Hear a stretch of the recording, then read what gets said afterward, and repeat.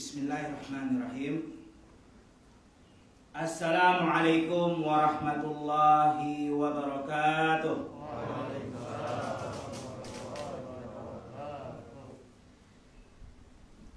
Alhamdulillah.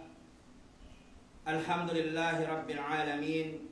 Wa bihi nasta'inu ala umuri dunya waddin. Wassalatu wassalamu ala rasulina Muhammad ibni Abdullah wa ala alihi wa ashabihi wa man wala, amma ba'd. Alhamdulillah, selalu kita memuja dan memuji Allah Subhanahu wa taala atas segala nikmat-nikmat dan karunia-karunia yang sangat banyak yang telah Allah berikan kepada kita. Salah satu daripada nikmat yang masih Allah berikan kepada kita sampai sekarang ini adalah kenikmatan berupa keimanan, kenikmatan berupa waktu luang dan kesehatan, sehingga kita dapat melanjutkan peribadatan kita kepada Allah Subhanahu wa taala. Oleh karena itu sudah menjadi kewajiban kita sebagai hamba Allah untuk harus selalu bersyukur kepada Allah Subhanahu wa taala, agar Allah Subhanahu wa taala tambahkan lagi nikmat-nikmat yang lain. Sebagaimana Allah telah berjanji, la in syakartum la azidannakum. Kalau kita mensyukuri nikmat Allah yang telah Allah berikan, Allah akan tambahkan lagi nikmat yang lain. Begitu juga selalu salawat dan salam kita panjatkan kepada Nabi kita, Nabi yang mulia, Nabi Muhammad sallallahu alaihi wasallam, dan kepada keluarga-keluarganya dan kepada para sahabat-sahabatnya, tidak terkecuali satupun dari mereka, karena semua telah Allah katakan radhiyallahu anhum wa radu'an. Allah telah ridha kepada mereka semua dan mereka semua pun telah ridha kepada Allah Subhanahu wa taala. Jamaah hadirin yang dirahmati Allah Subhanahu wa taala, insyaallah pada pertemuan kali ini, sebagaimana yang telah disampaikan di awal tadi, kita akan mengkaji dan membahas yang berkaitan dengan tema apa dan bagaimana zakat fitrah. Ayuhal muslimun rahimani wa rahimakumullah, jamaah sekalian yang dirahmati Allah Subhanahu wa taala, zakatul fitr atau bisa disebut juga dengan zakat fitrah. Zakat artinya adalah sesuatu yang tumbuh, atau juga bisa diartikan zakat itu dengan hal yang suci, atau bisa juga diartikan zakat itu dengan pembersihan, atau bisa juga diartikan zakat itu dengan satu hal yang penuh dengan keberkahan. Itu arti daripada zakat. Sedangkan fitr atau bisa disebut dengan fitrah, maka dia memiliki dua makna. Yang pertama, kalau kita katakan zakatul fitr, itu artinya fitr yaitu kembali kita berbuka setelah kita berpuasa bulan Ramadan penuhnya. Itu makna yang pertama. Begitu pula kalau kita mengatakan fitrah, itu artinya adalah kita mengeluarkan zakat tersebut atas penciptaan Allah Subhanahu wa taala menjadikan diri kita sebagai manusia. Dan dalilnya sebagaimana Allah Subhanahu wa taala berfirman dalam surat Ar-Rum ayat 30. Apa kata Allah Subhanahu wa taala? Ya. Allati fataran nas 'alaiha. Allah Subhanahu wa taala mengatakan fitratallah allati fataran nas 'alaiha. Yaitu Allah Subhanahu wa taala menciptakan kalian menjadi manusia. Diambil dari kata fitrah, fataran nas 'alaiha, artinya yaitu penciptaan. Allah Subhanahu wa taala menciptakan kita sebagai manusia. Jadi kalau kita mengatakan zakatul fitr atau zakatul fitrah, ada dua artinya, yaitu hal yang suci, hal yang membersihkan, hal yang tumbuh, hal yang berkah yang kita keluarkan ketika kita berbuka setelah berpuasa 1 bulan Ramadan penuh. Atau bisa juga dikatakan yaitu hal yang penuh dengan keberkahan, hal yang membersihkan, hal yang tumbuh, hal yang suci yang kita keluarkan karena Allah Subhanahu wa taala telah menciptakan kita sebagai manusia. Oleh karena itu jamaah sekalian yang dirahmati Allah Subhanahu wa taala, itu makna dan arti daripada zakatul fitr yang disebutkan oleh para ulama. Dan kita tidak menjumpai penyebutan dari para ulama zakatul fitr atau zakatul fitrah, yang artinya zakat yang dikeluarkan untuk kita kembali suci. Ini tidak ada ya pengertian ataupun maksud daripada kembali suci, itu belum kita temukan para ulama menyampaikan seperti itu. Adapun yang kita sampaikan di awal tadi tentang makna zakatul fitr itu disebutkan oleh Imam Ibnu Qutaibah di dalam kitabnya Gharibul Hadis. Kemudian jamaah sekalian yang dirahmati Allah Subhanahu wa taala, itu pengertian zakatul fitr dari sisi bahasa Arab. Sedangkan dari sisi istilah syariat, maka zakatul fitr itu adalah sedekah yang dikeluarkan yang telah ditentukan jumlahnya atas setiap kaum muslimin sebelum sholat Idul Fitri dan diserahkan kepada orang yang telah ditentukan. Perhatikan, pemahaman syariatnya zakatul fitr adalah sedekah yang dikeluarkan yang sudah ditentukan jumlahnya, yaitu sekian daripada sa'. Begitu juga telah ditentukan jenisnya berupa makanan pokok yang dikeluarkan atas setiap muslim dan muslimah, atas dirinya, dan begitu juga kata para ulama dikeluarkan atas orang-orang yang di bawah naungannya, yaitu tanggung jawab ataupun yang dia nafkahi sebelum sholat Idul Fitri, dan diberikan kepada orang yang telah ditentukan, yaitu hanya kepada fakir dan miskin, bukan sembarangan orang. Itu pemahaman zakatul fitr sesuai dengan istilah syariat.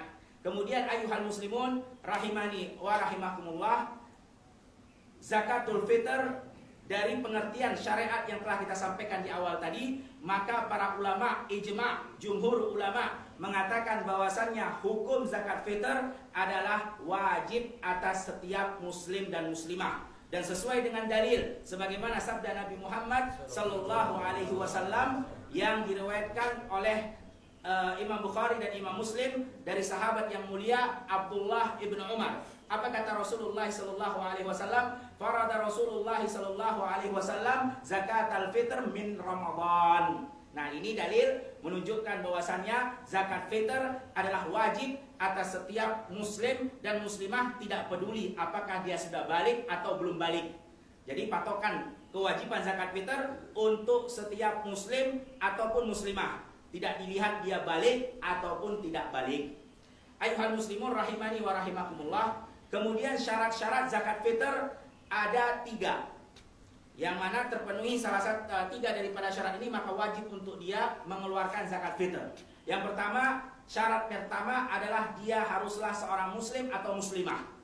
Kemudian syarat yang kedua, bahwasannya dia memiliki makanan pokok yang lebih dari 1 sa'. Nanti kita akan jelaskan apa itu 1 sa'.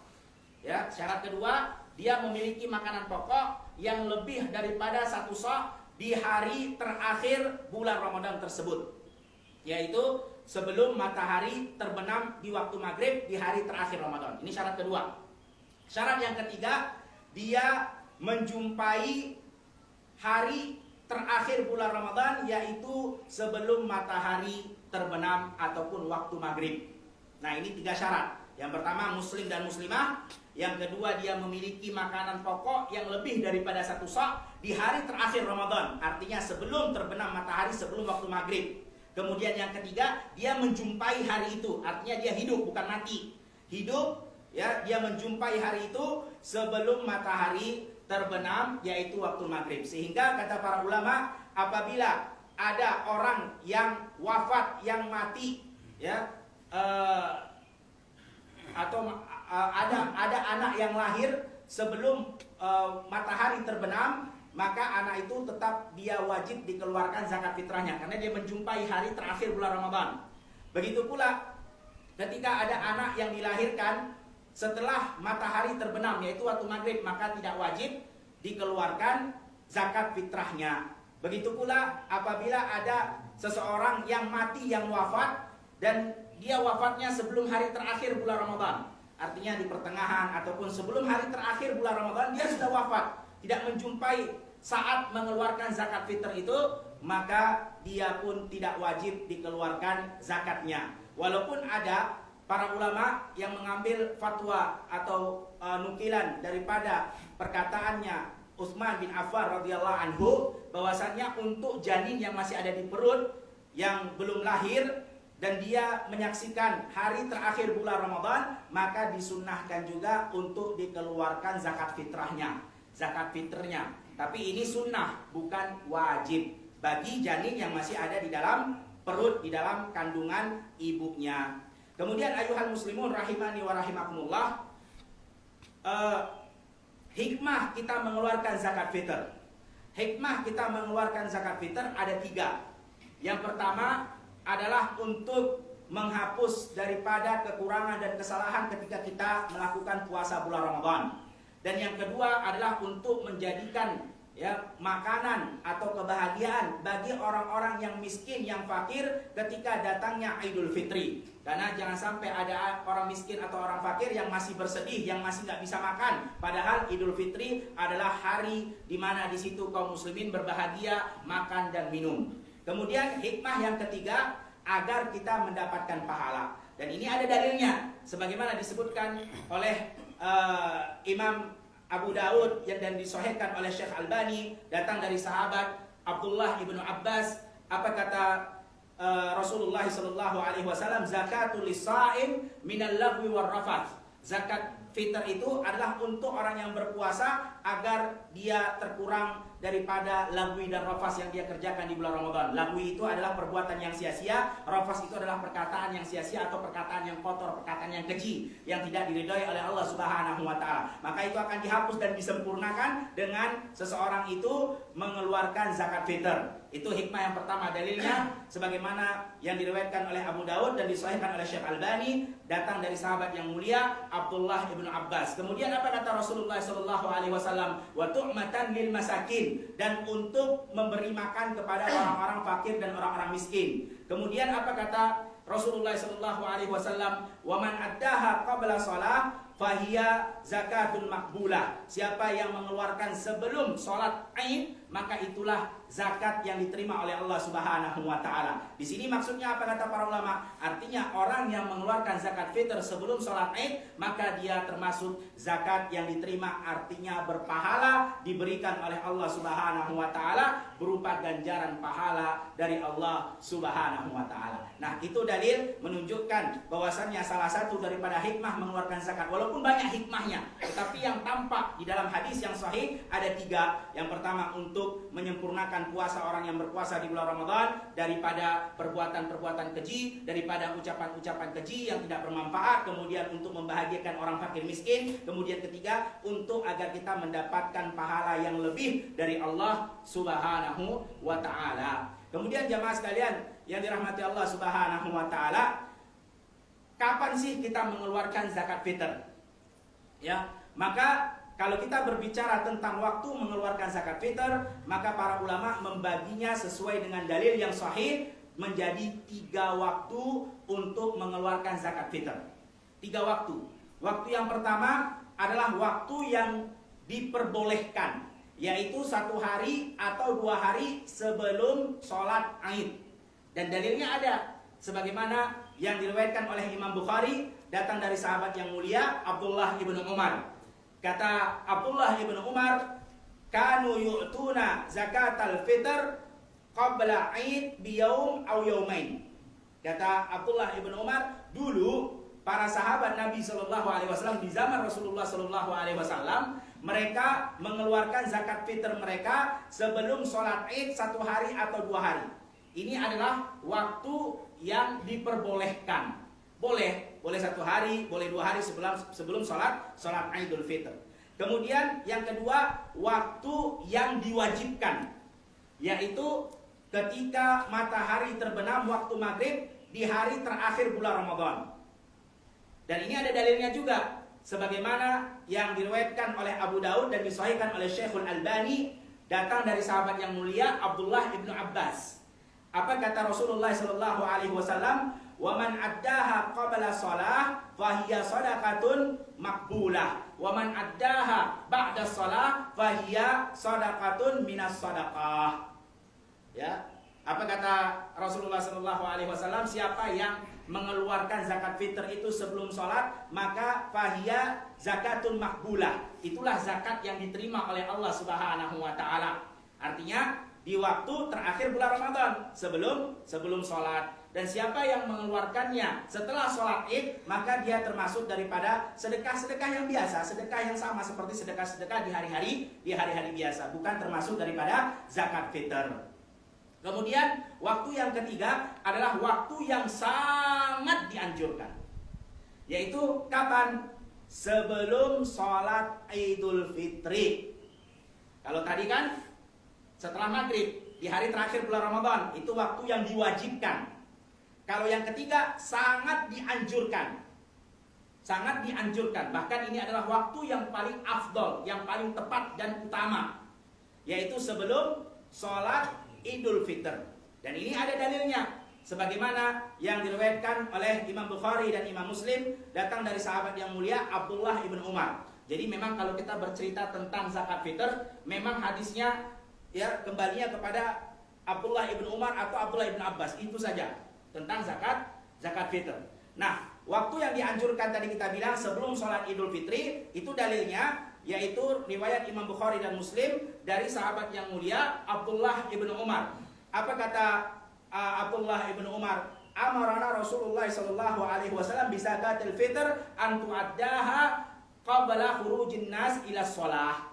Kata Abdullah ibn Umar, kami diperintahkan oleh Nabi sallallahu alaihi wasallam untuk mengeluarkan zakat fitr sebelum manusia keluar ke tempat sholat mereka. Artinya sebelum menegakkan sholat Idul Fitri. Ini adalah waktu yang sangat dianjurkan. Dan para ulama mengatakan hikmahnya bahwasannya kenapa kita dianjurkan sekali mendekati waktu sholat Idul Fitri. Walaupun terkadang memang prakteknya ya di sebagian tempat susah ya untuk mencari orang-orang yang membutuhkan, fakir miskin ketika waktu mepet mau sholat Idul Fitri. Tetapi ada hikmahnya kata para ulama. Hikmahnya adalah agar orang-orang yang memang membutuhkan, fakir dan miskin, mereka betul-betul bisa menikmati makanan itu, betul-betul bisa bahagia setelah sholat Idul Fitri, yaitu di waktu hari raya Idul Fitri itu sendiri. Jadi kenapa dibuat mepet? Karena betul-betul agar membuat mereka bahagia. Berbeda kalau kita memberikannya 1 hari, 2 hari sebelum sholat, ya, walaupun sampai kepada mereka, tetapi terkadang makanan itu sudah habis.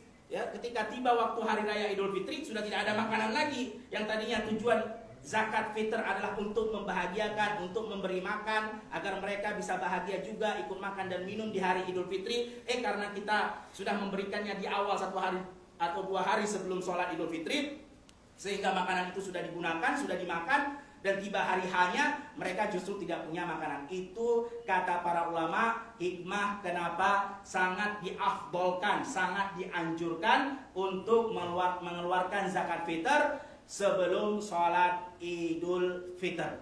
Walaupun al-amru wasi', perkara ini ya luas sekali. Kita melihat kondisi dan keadaan. Kalau memang tidak memungkinkan, maka tadi kita sudah katakan bahwasannya para ulama membagi waktu mengeluarkan zakat fitr menjadi 3 waktu. Waktu yang dibolehkan, boleh nggak masalah, yaitu 1 hari atau 2 hari sebelum sholat Idul Fitri. Dan waktu yang diwajibkan, yaitu ketika matahari terbenam, yaitu waktu maghrib di hari terakhir bulan Ramadan. Dan waktu yang sangat dianjurkan, yaitu sebelum sholat Idul Fitri. Wallahu a'lam bishawab. Kita lihat bagaimana kondisi dan keadaan tempat kita masing-masing. Kemudian jemaah sekalian yang dirahmati Allah Subhanahu wa taala, berapa sih yang harus kita keluarkan dari makanan pokok? Berapa jumlahnya? Tadi kita sudah sampaikan pengertian syariat zakat fitr adalah sedekah yang dikeluarkan yang sudah ditentukan jumlahnya dan jenisnya. Nah, pertanyaannya berapa jumlah dari zakat fitr berupa makanan pokok yang harus kita keluarkan? Maka di sini jamaah sekalian yang dirahmati Allah Subhanahu wa taala, jawabannya adalah 1 sa'. Sesuai dengan dalil sebagaimana diriwayatkan oleh Imam Muslim dan Imam Bukhari, datang dari sahabat yang mulia Abu Sa'id Al-Khudri. Apa kata Abu Sa'id Al-Khudri? Kunna nu'tiha fi zamanin Nabi sallallahu alaihi wasallam sa'an minat ta'am. Dulu kami, kata Abu Sa'id Al-Khudri radhiyallahu anhu, memberikan zakat fitr di zamannya Nabi sallallahu alaihi wasallam berupa 1 sa' makanan, ta'am. Kemudian kata Abu Sa'id Al-Khudri, ya, sa'an minat ta'am, au sa'an minat tamr, au sa'an minat syair, au sa'an minal iqtin, au sa'an minat zabib. Jadi kata Abu Sa'id Al-Khudri, dulu di zaman Nabi 1 sa' kami berikan berupa makanan pokok. Tidak disebutkan jenis makanan pokok, secara umum makanan pokok. Kemudian yang kedua, kami juga terkadang memberikan satu sok berupa kurma. Kemudian kami juga terkadang memberikan satu sok berupa gandum. Dan juga kami kadang memberikan satu sok berupa iktin. Iktin ini adalah keju yang sudah dipadatkan. Keju yang sudah menjadi padat begitu, ya, itu namanya iktin. Dan juga kami mengeluarkan satu sok berupa zabib. Zabib itu adalah anggur yang sudah dikeringkan. Kalau bahasa Indonesia kismis, ya, anggur yang sudah dikeringkan. Nah, inilah jumlah takaran yang harus dikeluarkan pada waktu pengeluaran zakat fitr. Dan di sini jamaah sekalian yang dirahmati Allah Subhanahu wa taala, perhatikan. Di awal tadi kata Abu Sa'id Al-Khudri, di zaman Nabi ada yang mengeluarkan satu sok berupa makanan, to'am. Nah, disinilah jamaah sekalian yang dirahmati Allah Subhanahu wa taala, para ulama mengatakan berarti dikembalikan kepada urf, kebiasaan makanan pokok setempat. Nggak mesti harus kurma, nggak mesti harus kismis berupa anggur kering, nggak mesti harus gandum, nggak mesti harus keju yang sudah dipadatkan, tapi bebas karena di awal dikatakan minat ta'am, yaitu dari makanan pokok. Dan kata para ulama, dari sinilah para ulama mengeluarkan kaidah fiqhiyah bahwasannya apabila ada dalil yang menunjukkan kepada keumuman, tidak terikat dengan kekhususan, maka dikembalikan maksudnya dengan urf, yaitu kebiasaan penduduk setempat. Sebagaimana dalilnya juga ada. Para ulama mengatakan seperti firman Allah Subhanahu wa taala dalam surat An-Nisa ayat 101. Dalam surat An-Nisa ayat 101 apa kata Allah Subhanahu wa taala? Wa idza darabtum fil ardi fala junaha 'alaikum an taksuru minas shalah. Kalau seandainya kalian melakukan perjalanan di atas muka bumi ini, maka tidak mengapa kalian mengkosor salat. Di sini kan Allah Subhanahu wa taala tidak menjelaskan berapa jaraknya, kapan waktunya, pokoknya secara umum kalau kalian melakukan perjalanan di atas muka bumi. Maka di sini kata para ulama, apabila ada dalil yang menunjukkan kepada keumuman, tidak ada pengkhususan, maka dikembalikan kepada urf, kebiasaan penduduk setempat. Artinya waktu safar dan jarak safar tidak ada penentuan khusus, berapa kilometer, berapa jaraknya, kapan waktunya, nggak ada. Ya udah, kalau memang kebiasaan penduduk setempat itu dinamakan dengan safar, itu dinamakan perjalanan yang disebut dengan safar, maka boleh kita mengkosor sholat. Jadi nggak ada, harus 60 km di atas 70 km, harus waktunya siang atau malam, nggak ada. Ya, jadi kalau tidak ada pengkhususan, kembali kepada kebiasaan. Begitu juga minat ta'am, makanan pokok, tidak ada pengkhususannya. Yang tadi disebutkan kurma, gandum itu hanyalah pilihan. Karena kata Abu Sa'id Al-Khudri, boleh begini, boleh begitu, boleh begini. Salah satunya adalah minat ta'am, artinya kembali kepada urf, kebiasaan penduduk setempat. Oleh karena itu jamaah sekalian yang dirahmati Allah Subhanahu wa taala, nggak bisa kita katakan orang yang mengeluarkan zakat fitr berupa beras itu sudah melakukan bid'ah. Itu namanya orang nggak belajar. Ada sebagian begitu. Bid'ah, nah itu kamu ngeluarin beras bid'ah. Dulu nggak ada zaman Rasulullah beras. Baca hadisnya yang lengkap.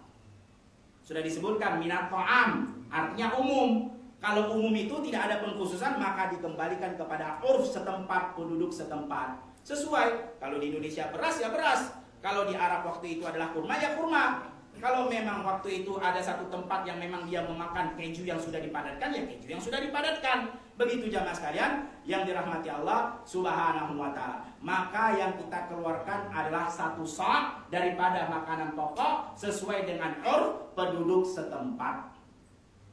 Jamaah sekalian yang dirahmati Allah Subhanahu wa taala, kemudian berapa sih ya satu sa' tersebut? Nah, ini pertanyaannya. Tadi kita udah tahu satu sa' yang dikeluarkan berupa takarannya. Nah, berapakah satu sa' itu? Maka jamaah sekalian yang dirahmati Allah Subhanahu wa taala, terjadi perselisihan di antara para ulama. Yang jelas satu sa' itu adalah 4 mud. Tahu tidak? Sa' itu adalah 4 mud. Satu mud itu seperti ini bentuknya, yaitu 2 telapak tangan yang dikumpulkan. Kemudian dia mengambil beras atau mengambil kurma, ya, atau mengambil gandum dengan kedua telapak tangannya yang penuh. Nah, itulah disebut dengan satu mud. Dan satu sa' itu 4 kali beginian. 4 kali. 1, 2, 3, 4. 4 kali beginian. Ini yang beginian namanya apa bahasa Indonesia? Saya nggak tahu bahasa Indonesia yang beginian. Nyerok. Masing-masing punya bahasa sendiri-sendiri lah. Ya, yang jelas bentuknya begini. Ya, namanya apa terserah daerah masing-masing. Nah, kalau bahasa Arab namanya satu mud. Satu mud, satu sok sama dengan 4 kali beginian. Ya, penuh lah. Ya biasalah, jangan juga terlalu menggunung ya. Kalau menggunung banyak banget. Nah, titik perselisihan persengketaan para ulama dari mana? Yaitu ketika dikonvertkan volume kepada berat. Namanya volume dan berat itu kan berbeda. Ya. Nah, begitu pula para ulama berselisih setelah mengkonvertkannya dari volume ke berat, mereka pun berselisih gimana bentuk makanan pokok tersebut karena kan berbeda. Contohnya beras. Beras kalau Indonesia pendek-pendek, kecil-kecil. Kalau beras di Arab panjang-panjang, gede-gede. Ya kan? Nah, kemudian telapak tangan juga berbeda. Memang ada telapak tangannya Nabawi, tapi mereka juga berselisih karena tadi dikonvertkan dari volume ke berat pasti ada perselisihan. Nah, itu titik sengketanya para ulama. Karena itu, bukan karena pembedaan bahwasannya satu sok itu adalah 4 kali beginian. Mereka sepakat satu sok itu 4 kali beginian. Cuman ketika dikonvertkan dengan berat berapa kilo, nah disinilah terjadi perselisihan karena yang beginian itu adalah takarannya volume, bukan berat. Sedangkan volume dikonvertkan ke berat, ke kilo, maka akan terjadi perselisihan. Oleh karena itu jamaah sekalian yang dirahmati Allah Subhanahu wa taala, maka ada sebagian ulama yang mengatakan satu sok itu adalah 2,5 kilo, 2,5 kilo. 2,5 kilo. Ada lagi mengatakan 2,6, 2,7, 2,8. Sampai akhirnya ada yang mengatakan terakhir yaitu 3 kilo. Dan 3 kilo ini sesuai dengan komite fatwanya Arab Saudi. Walaupun memang khususnya di Indonesia kebanyakan mengambil takaran berupa 2,5 kilo. Dan ini masing-masing ada dalilnya karena tadi perselisihan ini bukanlah perselisihan daripada hadis Nabi SAW, tetapi perselisihannya adalah ketika dikonvertkan dari volume ke berat. Jadi ini bukan masalah bid'ah jamaah sekalian yang dirahmati Allah Subhanahu wa taala. Jangan salah paham ya. Nanti ada yang bilang, "Oh, 3 kilo," ada yang bilang 2,5, "Oh, ini bid'ah." Bukan nih. Ini bukan masalah bid'ah. Ini cuma perselisihan ulama. Ya, karena tadi itu kita bilang titik sengketanya ketika dikonvertkan dari volume kepada berat. Oleh karena itu jamaah sekalian yang dirahmati Allah Subhanahu wa taala, kalau memang ada yang mengambil pendapat ulama yang mengatakan 2,5 kilo atau 2,5 kilo, ya, maka ambillah. Dan itu ada ulama yang menyebutkan begitu. Walaupun jamaah sekalian yang dirahmati Allah Subhanahu wa taala, untuk berhati-hati, kata para ulama, untuk berhati-hati hendaknya dia mengambil 3 kilo. Karena ini masalahnya kaitannya dengan hak kaum muslimin, haknya khususnya orang fakir miskin. Dan kita beribadah untuk Allah Subhanahu wa taala. Kalau kita tidak tenang ataupun kita merasa itu adalah syubhat, maka ambillah yang membuat kita tenang. Dan ini sesuai dengan ajaran Nabi Shallallahu Alaihi Wasallam. Apa kata Rasulullah? Man taraka syubhat faqad istawara ala dinihi wa irdih. Siapa yang meninggalkan syubhat, dia ragu. Ini kan ada yang 2,5, ada yang 2,6, 2,7, 2,8 sampai 3 kilo. Yang mana yang aman? Yang amannya 3 kilo lah. Dia tinggalkan syubhat itu dan dia telah menjaga agamanya dan kehormatannya. Jadi dia ambil 3 kilo. Lagi pula 2,5 kepada 3 kilo beda berapa sih? Ya Allah, pelit banget, nambah doang sedikit. Kan gitu. Nambah doang, subhanallah. Kalau memang yang sebenarnya 2,5 berarti lebih itu adalah plus sedekah untuk tambahan pahala. Udah selesai kan? Apa yang mau dipelit-pelitkan? Apa yang mau dipermasalahkan? Kadang ada orang fikih, "Oh, nggak bisa, kenapa kok?" Malah tambah curiga lagi kepada ambil zakatnya. Oh, ini jangan-jangan memang ambil korupsi. Jangan begitulah. Untuk keamanan, untuk menjaga-jaga. Dan ini bukan bid'ah ya. Jangan sampai salah paham juga. Oh, katanya Ahlussunnah wal Jamaah bid'ah itu. Masa 3 kilo?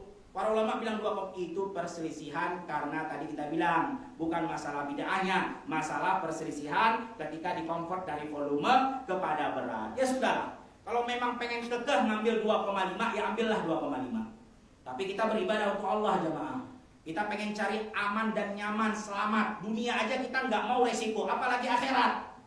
Ini kan kalau ditanya sama Allah Subhanahu wa taala, tahu-tahu yang benar ada 3 kilo. Gimana antum jawab? Nanti di hari kiamat.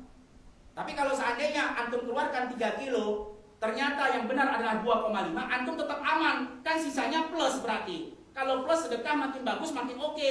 Berarti tambahan pahala, aman antum. Tapi kalau 2,5 ternyata yang benar 3 kilo, antum telah menzolimi haknya fakir miskin. Jawab apa di hari kiamat? Di hari kiamat nggak bisa, tunggu dulu, ya udah saya tambahin cari beras dulu. Mana bisa di hari kiamat cari beras? Nggak ada lagi di situ amalan. Sudah, tinggal menerima saja apa yang telah dikerjakan. Nah, itu jamaah sekalian yang dirahmati Allah Subhanahu wa taala tentang berapa takaran zakat fitr yang harus kita keluarkan. Ya sudahlah, amannya tadi kita bilang, dan juga tidak risiko, dan juga lebih dari menjaga agama dan menjaga kehormatan 3 kilo. Udahlah, tambah sedikit aja. Untuk apa juga kita pelit-pelit? Kita ingin pahala, kita semua butuh pahala. Ya, nggak ada yang nggak butuh pahala di sini. Semua kita butuh pahala, maka tambahkanlah biar kita aman dan selamat nanti ketika ditanya oleh Allah Subhanahu wa taala.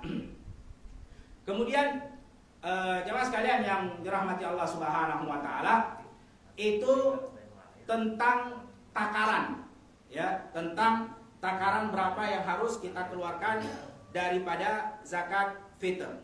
Kemudian jemaah sekalian yang dirahmati Allah Subhanahu wa taala, kepada siapa kita keluarkan zakat fitr itu? Kepada siapa kita kasih? Ya, setelah kita udah tahu 1 sa' yaitu 3 kilo, waktunya kita juga sudah tahu tadi ada 3 waktu yang diperbolehkan, begitu juga yang diwajibkan dan yang dianjurkan. Nah, kemudian kasih ke siapa ini? Kan gitu pertanyaannya. Maka kita berikan ya kepada fakir dan miskin saja. Ini yang rajih, ini yang kuat pendapatnya para ulama jumhur. Walaupun ada yang mengatakan diberikan kepada 5 asnaf, 5 orang yang disebut di dalam surat At-Taubah ayat 60. Memang ada pendapat itu, tapi itu pendapat yang lemah. Apa itu 8 kelompok? Yaitu yang kita tahu, yaitu zakat mal. Seperti fakir, miskin, amil, kemudian mu'alaf, kemudian orang yang ingin membebaskan dirinya dari hutang, orang yang ingin membebaskan dirinya dari perbudakan, kemudian ibnu sabil, kemudian mujahid fisabilillah. Di 8 orang. Ya, tapi yang rajih tadi kita bilang apa? Khusus untuk fakir dan miskin. Adapun 8 orang ini itu kaitannya kepada zakat harta, bukan zakat fitr. Kita sedang bicara tentang zakat fitr. Wallahu a'lam bishawab. Yang rajih, yang kuat, jumhur ulama mengatakan zakat fitr khusus untuk fakir dan miskin saja. Dan ini dikuatkan juga oleh pendapatnya Ibnu Qayyim rahimahullahu taala dalam kitabnya Zadul Ma'ad. Dan ini sesuai dengan dalil sebagaimana Abdullah ibnu Abbas yang diriwayatkan oleh Abu Dawud, disahihkan oleh Syekh Albani. Apa kata Rasulullah sallallahu alaihi wasallam? Zakat fitr itu zakatun lisaim minal lagwi war rafath. Zakat fitr itu adalah untuk membersihkan, mensucikan orang-orang yang berpuasa di bulan Ramadan dari lagwi, dari perbuatan yang tidak ada manfaat, sia-sia, dari rafas, dari perkataan yang keji, dari perkataan yang kotor. Kemudian apa kata Rasulullah? Wa tu'matan lil masakin, dan untuk memberi makan orang-orang yang miskin pada saat itu agar mereka ikut berbahagia di hari Idul Fitri. Jadi jamaah sekalian yang dirahmati Allah Subhanahu wa taala, ingat ya, bahwasanya zakat fitr itu untuk memberi makan, bukan untuk mengkayakan. Nah ini jangan sampai salah paham. Kalau zakat mal, zakat harta memang iya. Kenapa dibagi untuk 8 orang ini? Karena bisa jadi untuk memberikan kekayaan. Contohnya tadi seperti orang yang terlilit hutang, diberikan harta biar dia bebas, akhirnya dia tidak lagi berhutang. Atau untuk menjadikan budak yang ingin bebas. Artinya untuk kebutuhan dia yang mungkin periodenya panjang waktunya. Bisa setahun, bisa 2 tahun. Ya untuk memperkaya juga lah. Ya, itu zakat harta. Sedangkan zakat fitr bukan untuk memperkaya, bukan untuk jangka panjang waktu setahun 2 tahun. Tidak, hanya untuk hari itu saja Idul Fitri agar dia bisa makan. Makanya kata para ulama, zakat fitr adalah untuk memberi makan orang-orang miskin. Dan dia berkaitan dengan waktu. Jadi juga ini pelajaran untuk ambil zakat. Ya, ketika kita menerima zakat fitr, ini sedang bicara zakat fitr, maka segera tunaikan. Jangan lagi simpan-simpan, malah ada sebagian yang masukkan ke dalam uang kas masjid. Subhanallah. Kalau zakat harta nggak apa-apa antum simpan, karena memang jangka periodenya boleh panjang, setahun 2 tahun. Mana tuh nanti ketemu lagi sama orang yang membutuhkan, ibnu sabil ataupun mujahid fisabilillah ataupun yang lain-lain, nggak masalah. Karena memang zakat harta itu waktunya panjang. Sedangkan zakat fitr harus sebelum sholat Idul Fitri dikeluarkan. Kalau dikeluarkan sebelum sholat Idul Fitri, berarti itu bukan zakat, itu hanyalah sedekah yang biasa dan kita harus beristighfar. Karena tadi kita udah bilang, zakat fitr itu hukumnya wajib. Kalau seandainya orang yang mengamanahkan kepada amil, sedangkan amilnya yang teledor, yang lalai, berarti yang dosa amilnya.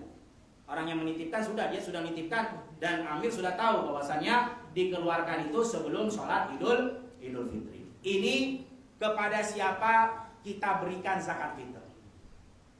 Kemudian jamaah sekalian yang dirahmati Allah Subhanahu wa taala, pertanyaan berikutnya, bolehkah kita mengeluarkan zakat fitr berupa uang? Ya, boleh atau tidak? Maka jamaah sekalian yang dirahmati Allah Subhanahu wa taala, jumhur ulama, dan ini 3 madhab. Madhabnya Imam Ahmad, madhabnya Imam Malik, dan madhabnya Imam Syafi'i mengatakan yang mengeluarkan zakat fitr berupa duit, maka zakatnya tidak sah. Tidak boleh. Kenapa? Karena mereka beralasan, punya argumen, punya dalil bahwasannya zakat fitr adalah ibadah. Dan ibadah sifatnya itu semua ibadah.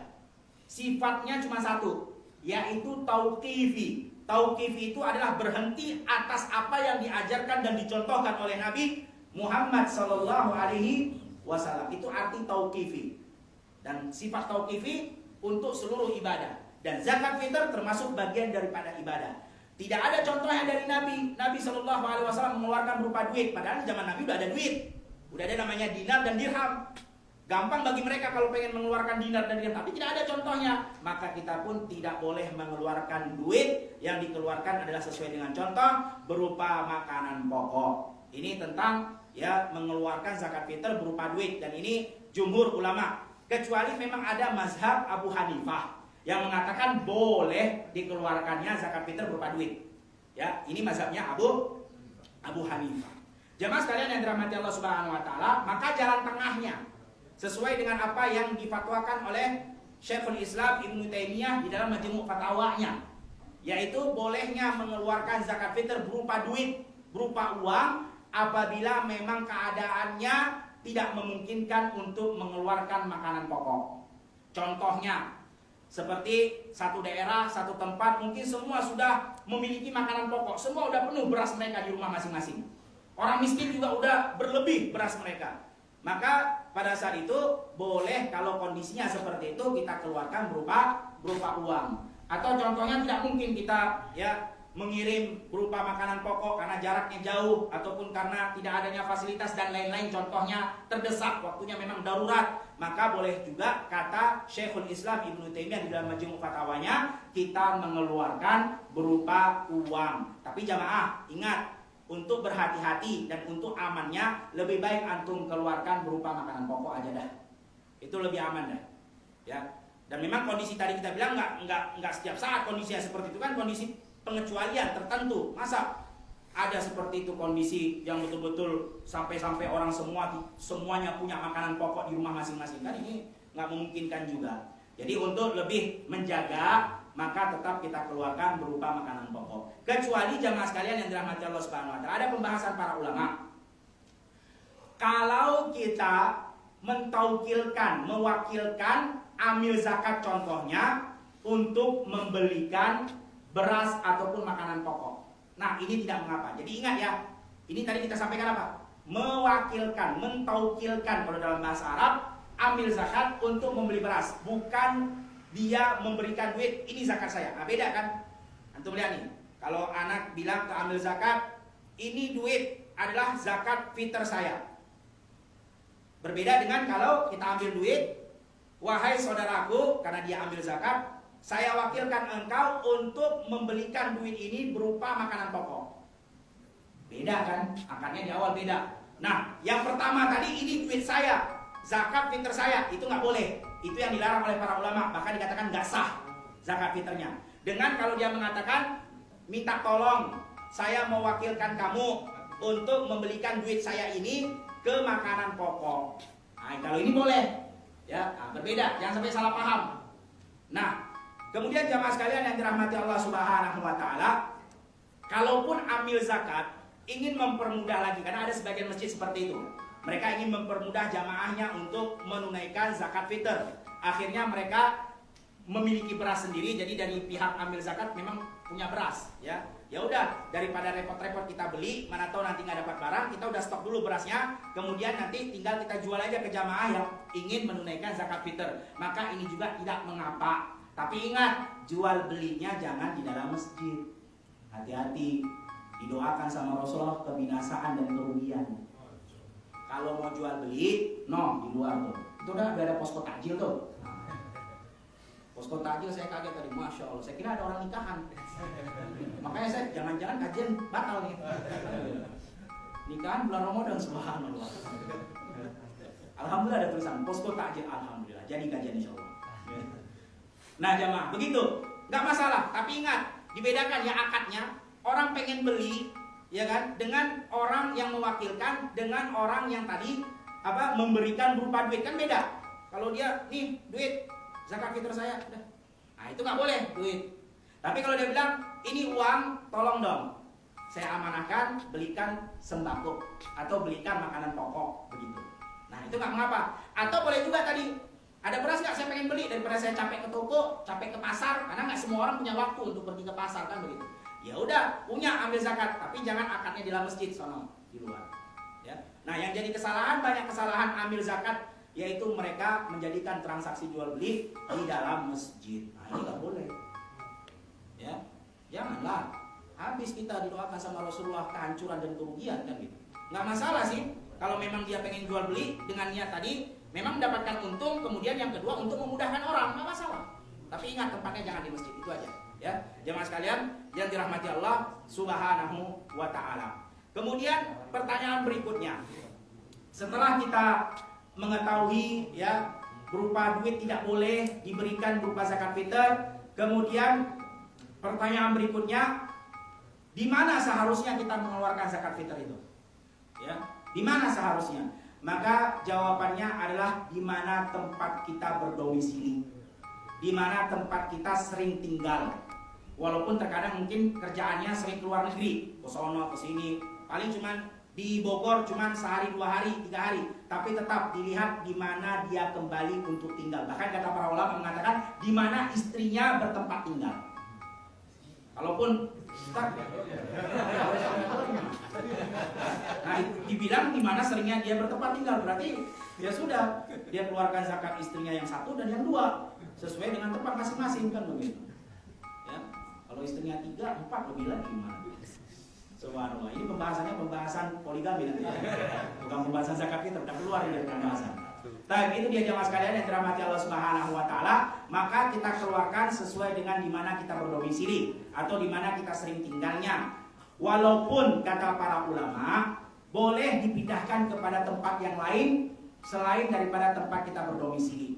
Tapi pada hukum asalnya itu yang kita keluarkan zakat fitr adalah di tempat kita berdomisili. Sesuai dengan hadis Nabi SAW, sebagaimana ketika Mu'ad ibn Jabal diutus ke Yaman. Apa kata Rasulullah SAW? Salah satunya yaitu tukhadu min aghniyaihim wa faturatu ila fuqaraihim. Kata Rasulullah, zakat itu diambil dari orang-orang kayanya, kemudian diberikan kepada orang-orang miskin yang ada di sekitarnya. Artinya di mana dia tinggal. Orang kaya itu tinggalnya di Bogor ya di Bogor, tinggalnya di Bojong ya di Bojong kan begitu.